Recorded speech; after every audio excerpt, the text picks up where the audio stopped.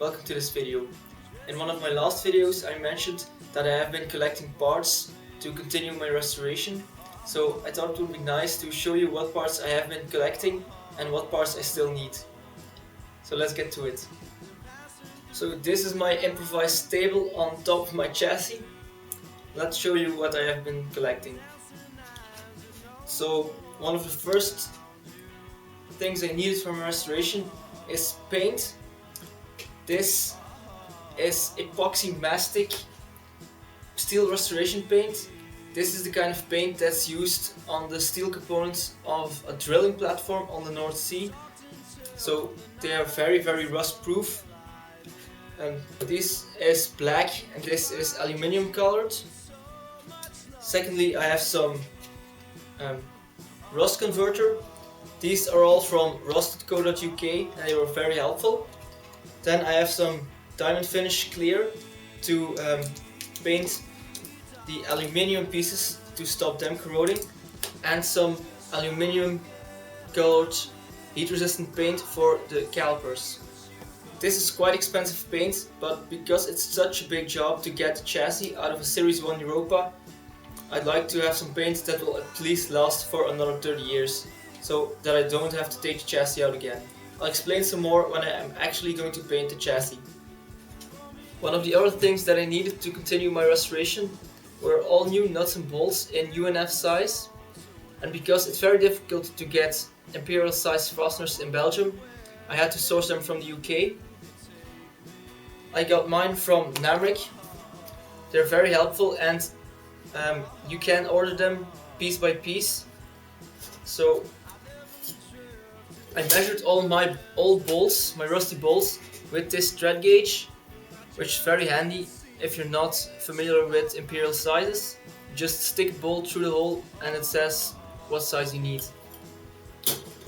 So I entered my order and a couple of days later all my bolts showed up, and this is very impressive. All the bolts were in small bags marked with what pieces, what size and what length the bolts are. This is a real time saver if you're looking for some bolts. I put them in this storage box to ease further searching.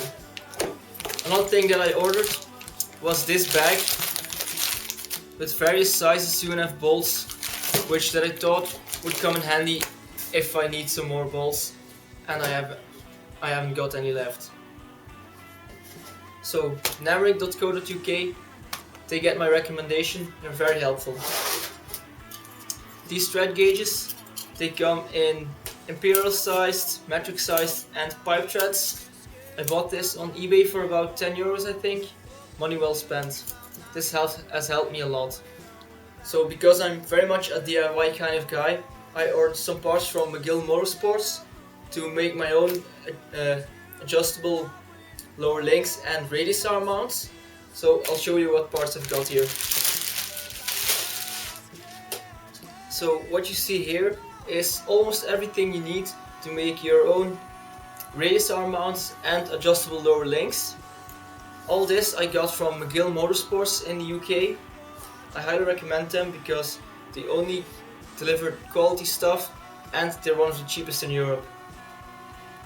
These are some dust boots. These are heim joints and some offset spacers. These are spherical bearings and a housing. These are half nuts and these are the tubes for the lower links, and these are the threaded ends that need to be welded in. In one of my next videos I'll show you how you can make your own lower links and radius arm mounts, so stay tuned. In continuing the DIY theme, these are Superflex polyurethane bushes and housings. These are polyurethane bushes for the trunnions on the front suspension.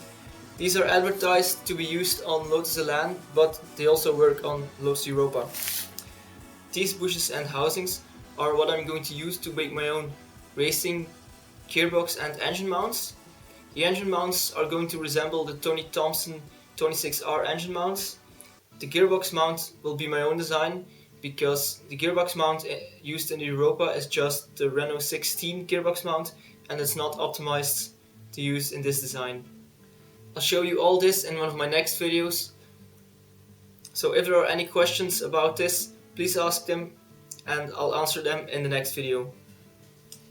In a Series 1 Lotus Europa, the heater outlets that are being used are a Spitfire Marquan heater outlet, and they're made from kind of cardboard. I have one left which is in pretty bad state and one is missing. These are Spitfire Mark II heater outlets. They're in pretty good condition, but they need some more cosmetic work and they can use some new paint. But with a little bit of modification, I'm sure they'll fit. These trim pieces are Mark II Spitfire trim pieces, while on the Europa the Mark I Spitfire trim pieces were used. But these are very hard to find. The only difference between the Mark I and Mark II trim pieces are the location of this stud. On the Mark I Spitfire, the stud would be in the center, while they're now at the top. This is very easily modified, so I'll be using these. I still have to try them on the car to make sure they fit, but I don't think it will be much of a problem. Because the dashboard on my Europa was very heavily modified, I had to source quite a lot of the pieces to make the dashboard back to the original condition. One of the parts that I've already found was this windscreen washer pump and a windscreen washer switch all in one. This is one of the first that I found on eBay. I'm very pleased to have been able to find this.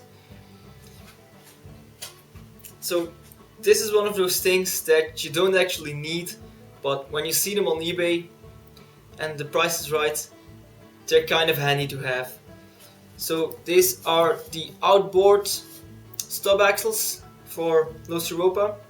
They originally come from an imp, and these are one of the parts that are very common to fail on Europas. One of the problems is that the splines go bad, and one of the other problems is the nut on the end of the stub axle gets loose because the load's on the bearings and you lose a wheel. One of the solutions is a custom stub axle, but that's very expensive. So now that I've got some axles to spare, I'm going to look in another option. One of the people on the French forum have drilled this to get a P-clip in there with a special nut. So that's one of the solutions that I'm looking into. It's handy to have some reserve because this is very thin, and I've heard that if you drill this, there's a chance that it might break off. So at least I've got some spares if anything goes wrong. I have these three, and I still have the two that were on the car when I bought it, and those two are in very good condition as well. Now this is something that I have been looking for quite a while. It's a set of Lotus Europa wheels. It has the 4 bolts, and I think it's the second set I've seen for sale in Europe in about 1.5 years. So I'm very pleased that I was able to buy this one. The wheels need some cosmetic work. There are some dings in the edge, and this wheel is quite nice on the surface, but there are some of the other 3 wheels that need some cosmetic repairs. But when I bought my car, there were Spitfire wheels on them, so I'm very pleased that I have been able to get an original set. I still need to get the hubcaps. I know you can get the hubcaps new these days, but they're not quite correct, and I know of a couple of second-hand sets of hubcaps that are for sale, and I know of a guy that has an NOS set, and they're very nice, but they're quite expensive, so I'm not quite sure what I'm going to do about that. But I'm very pleased with my wheels. That's one item that I can get off my list. These are some of the parts that I almost forgot to mention. These are custom made repair sessions for the backbone part of the chassis. I cut these out myself and I had them put these bends in. As you can see, these bends are the same as the channel sections of the chassis. Now I only had to get half of one of the channels because only the bottom part of my chassis is rusted and I can get away with only replacing the bottom parts. How I'm going to do this, I'm going to show you in one of my next videos when I'll start work on repairing the backbone part of the chassis.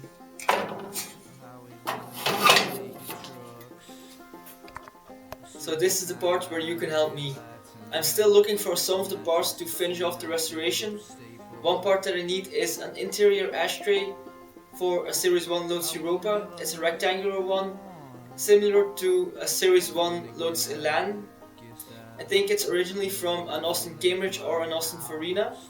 The second part that I desperately need is a Series 1 or Series 2 Lotus Europa steering wheel. It's a 14-inch in diameter steering wheel with the small horn push.